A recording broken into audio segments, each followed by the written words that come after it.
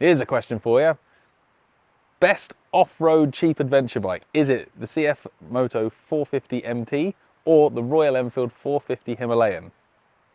That is the million-dollar question. No, that's not the million-dollar question. That's the just under £6,000 question. And I'm going to try and answer it in this video.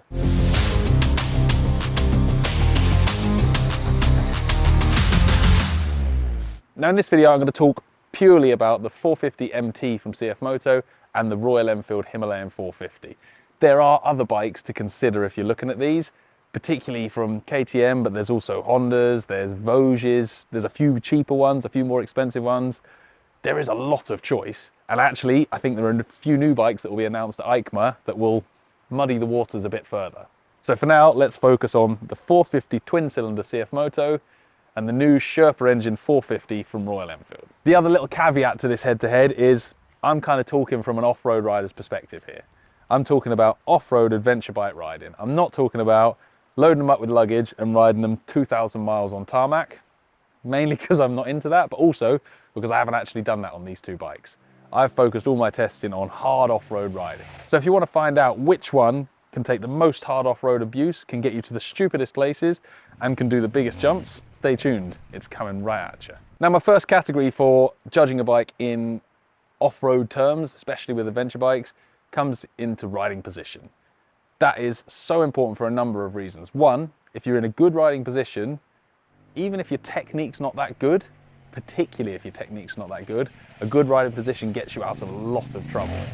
If you can have your weight through your feet and your body fairly balanced, you'll find that when you get knocked off center and you lose your balance or you lose confidence or you tense up, you cope a lot better. If you're in an awkward riding position where your knees are a bit bent and you're a bit off center, that disappears and those mistakes on the controls get amplified massively. Now, the new Royal Enfield Himalayan 450 made big steps over the old bike in this area, particularly between the foot pegs, but it still does give something away to the CFMOTO. The CFMOTO is a little narrower between the legs, the foot pegs are tucked further in, and there's less lumps and bumps from seat down to peg that push your boots and stick you out of line. The CFMOTO is not perfect. I find that the handlebars are very, very high and quite close to the foot pegs, which is a little bit of a false economy. It feels great when you stand up on it, it feels super comfortable, but again, it puts you in a very upright position, which isn't the most sporting position. If you're trying to attack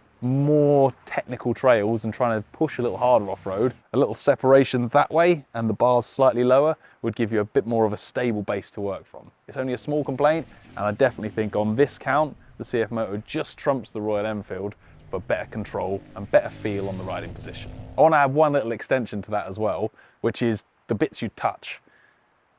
Brake pedal, gear lever, and the hand controls on the CFMOTO are that little bit nicer. The Royal Enfield stuff, it feels like they've stuck with more traditional Royal Enfield components. Big, fat, slabby levers, kind of old school feel to the gear and brake lever, which is absolutely fine, but I find the lighter control on the skinny levers, it doesn't actually make any difference to how you ride it. It just feels nicer and it feels more like an off-road bike. So riding controls, body position, the bits you touch, score 1 for the CFMOTO. Now second category I'm going to put as engines, because I think engines are a hugely important factor with these bikes and it's quite a talking point. The fact that CFMOTO came out with a 450 parallel twin surprised most people. It's unusual in this class, and I think there's a lot of expectation on this engine. Now the argument for the twin cylinder engine is you've got two smaller pistons playing invisible bongos going up and down like this versus one big piston slapping up and down, which should reduce vibration and make it a bit comfortable when you're cruising motorway speeds compared to the vibey 450.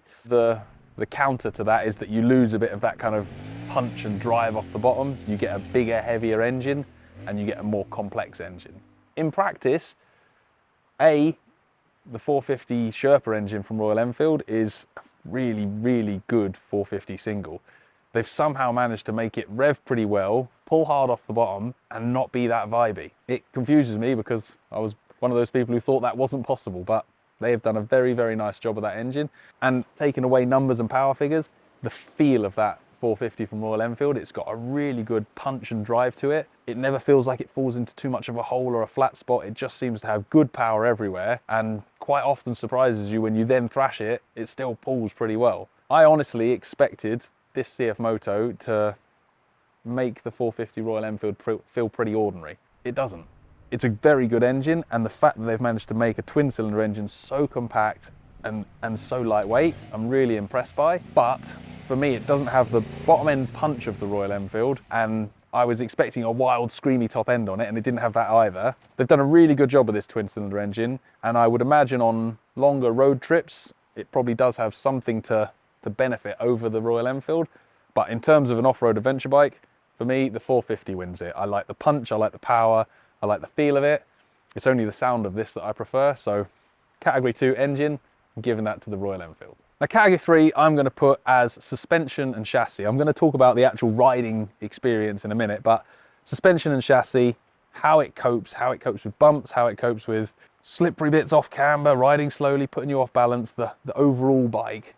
They're an interesting pair of bikes. This thing is very much, I don't want to have to say KTM in a CFMOTO review, but it's got that KTM feel. It's sprightly, it's sporty, it shakes its head a bit when you ride it quick over rough stuff, which I've ridden quite a few KTMs that do that. This thing is definitely at the sporty end of the off-road adventure section, and the way it's set, I did have a little play with the clickers, but I didn't faff around too much. I kind of left it stock. It definitely bounces around a little when you ride fast. It's not the most refined suspension, but it does cope really well with big hits, big jumps, and massive compressions. It does that better than pretty much any other cheap adventure bike I've ridden. The Royal Enfield, I think, has more control in the suspension. When you get to the limit, the Royal Enfield seems to hang on in a way that it doesn't have any right to. But riding within itself, the Royal Enfield does feel a little bit more plush, a little bit softer, a little bit easier over the lots and lots of stutter bumps and rocks. So it's a tricky thing, because I think they've done a really good job in how they've set this suspension up on the CFMOTO for riding fast and aggressively. But as an adventure bike, I feel like the Royal Enfield has a little bit more, I don't know, compliance, a little bit more refinement to how the suspension works, which would lean it towards the Royal Enfield for me. I always like to have a little bit when I do these head-to-heads where I talk about the overall feel of the bike and the quality of the componentry. Honestly, this CFMOTO has blown me away with how it doesn't cut corners on stuff I expected them to cut corners on.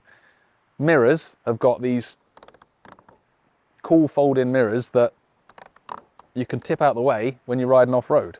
Like, why doesn't every adventure bike have them? They're brilliant. They cost a lot of money if you want to buy an aftermarket version of those. And the fact that instead of going for the cheapest basic mirror, CFMOTO's put a hinged mirror on as standard, that's mega. I love that. And that carries on down into the fact that it's got folding tip on the brake lever, a folding tip on the gear lever. Nice, okay, they're not the most grippy, but a decent sized platform on the foot pegs that you just have to pull the rubbers off. You don't have to unbolt things for 45 minutes, which you do on the Royal Enfield, to get rid of the rubbers, to get a grippy alloy foot peg. There's lots of details throughout this CFMOTO that arguably don't necessarily make the riding better or worse, but just make it feel like more quality and more of a well thought out bike. The Himalayan feels solid and it feels very well put together, but it doesn't have some of those little detail touches, adjustable brake levers, adjustable clutch levers, adjustable screen, that actually do help out when you're riding lots of off-road on an adventure bike. So in terms of fit, finish and quality, I like the spec of the stuff on the CFMOTO. I think they've put some really neat touches on there. Right, technology, let's talk technology. They both have it, neither of them need it, move on. To be fair, the Royal Enfield does have higher tech stuff than the CFMOTO. It has a Apple CarPlay dash thing, which is brilliant, I won't lie. Every time I've tried to use it, I've had a little bit of a faff connecting. When you manage to get your phone connected to it, it works fantastically. It's really nice having a full map view on the screen, but it's always a faff. The CFMOTO is a little bit more basic in its layout. Honestly, on adventure riding, especially off-road focused adventure riding, I don't care. I should, but I don't. It's a personal thing, but for a long time, I think I shall still be mounting my phone on the handlebars or a GPS on the handlebars, because the built-in systems never make life as easy as they promise. And that goes for your £30,000 fancy BMs, Ducatis, right through to the cheaper stuff at the other end of the spectrum. I haven't found the built-in technology is as easy to use as the phone on my bars. So electronics, I'm not going to give the win to either bike because I don't like them. Is that mature? No, that is my position. To be honest, they're much of a muchness. I actually think the CFMOTO is a little bit easier to turn off electronics on because it's got the ABS on off button there, but the Royal Enfield has a few more features that are more useful, arguably. But to be honest, it's a tie on that. The basic bikes, the electronics don't really come into it for me when you're riding hard off-road. It's not really fair for me to judge styling because it's such a personal thing.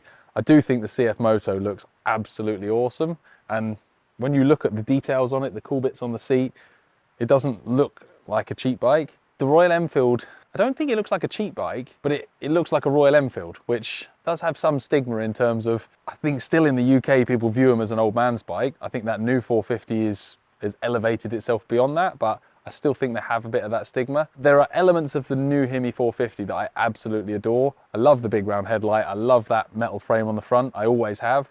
And crashability, the Royal Enfield absolutely kills it. I have smashed that thing into the floor so many times and it doesn't seem to break. I'm not a huge fan of some of the shapes and lines on the new Hemi. It's its own thing. It has its own like weird culture of people that love it around it. I'm probably in that weird culture, which doesn't help. But I think styling wise, this CFMOTO is going to appeal to a broader range of people. It looks like a proper rally style adventure bike. The Royal Enfield looks like a Himalayan 450. They're their own thing. You either love them or you don't. And I think this is going to appeal to more people from a styling point of view. Now I'm going to finish up with a kind of summary of both the bikes, taking spec and details out of it and just purely on a jumping on and riding point of view. Now I've spent a full day abusing the CFMOTO off-road. I rode a lot of different types of terrain. I rode wet, dry, rivers, rocks, mud. I rode a huge variety of stuff. The Hemi 450, I have ridden a lot more off-road. I have to put that caveat out there. I've done, I don't know, lots and lots and lots of days on them, on all sorts of terrain in all sorts of countries, with road tyres on, with semi-off-road tyres on, with full enduro tyre on the front. So the Hemi's at a bit of advantage in that I've ridden it in a lot more conditions, but I'm going to try and balance that out in my verdict. Between the two of them, I find the Himalayan a little bit easier to ride at slow speed and on technical, sort of careful, balancy type terrain. There's a couple of reasons for that. One is the fueling, clutch and engine combination. This engine is a little bit more racy in the way it delivers its power. It wants to chomp at the throttle, it wants to snap and go, which is great fun when you're doing donuts and skids and power slides, but it's a little tricksy when you're trying to get over round, polished rocks in the bottom of a stream. It needs a little bit more finesse to get it to move, whereas the Hemi just fuels very smoothly. The clutch is a little bit easier to get on with, and I just found that I could get traction and get it moving in difficult stuff a little bit easier than I could on this.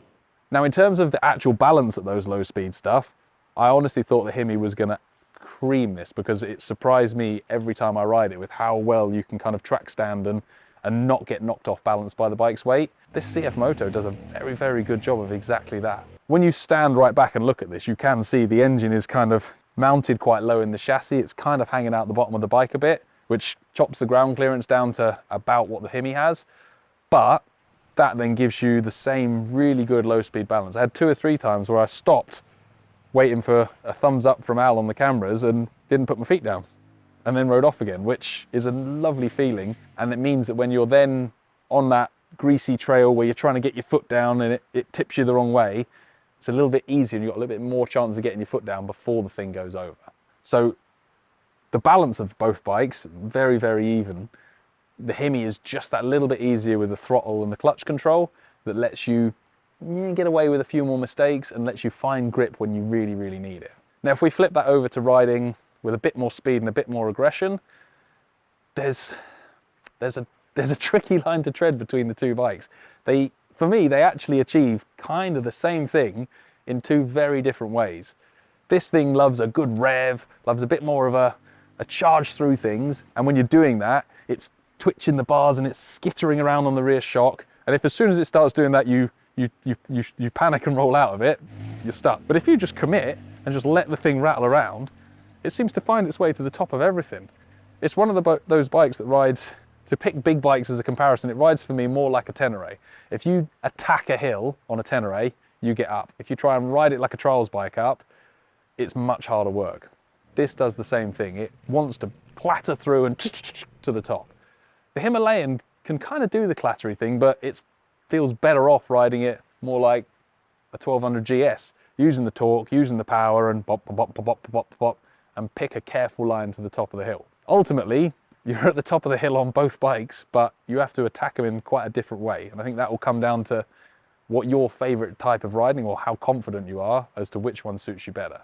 I definitely do find that when I'm riding longer times and longer distances off-road, the CFMOTO's riding position gave me a little bit more comfort. Getting my legs in a better position, getting my feet in a better position on the controls meant that when I was starting to get tired, I maintained more control, whereas the Himi, towards the end of a day, the fact that my feet are splayed a little bit further out starts to get a little bit more, I don't know, fatigue, just feels a little bit more awkward as the day goes on. If you could bandsaw a couple of inches out the Himi and pull your feet in Nauru and get that bit flatter, that would be a big help.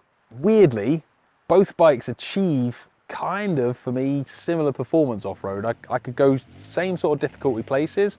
I could go the same sort of speeds, you know, without doing an absolute back-to-back with a data logger on, but it feels like I can attack stuff with the same sort of fierceness on both bikes, and they respond in very different ways. The Himi, as you'd expect with the single, it does have that more kind of thumping bob bob bob attack from the engine, which I like for firing myself up banks, and I found it easier to ride in those super slippery conditions. The CFMOTO was actually on fire roads, really good fun to slide around. I had, even on the basic sort of fairly road biased tires, I had a lot of confidence and feel for the front tire, which was super impressive. And for sending jumps, I definitely think this thing was wicked. I launched so many steps and so many gaps today, and this thing landed it all really, really well and never seemed to protest. So from that side, I'm going to say the Himi is the better adventure bike for the more classic cruisy style off-roader. Don't get me wrong, it can cope with going wild too, but it suits that trail riding approach more. But if you've got a bit more of a rally aspiration in life and you want to send it and go flat out everywhere, the CFMOTO is the one for you. Personally, I am honestly absolutely torn between them. I struggle to pick which one I would ride home on. I think the Himi just takes it, but in all honesty, that's probably due to over-familiarity. I love the Himi, I've got a soft spot for it, and that is probably what has nudged me over to taking that one home rather than this.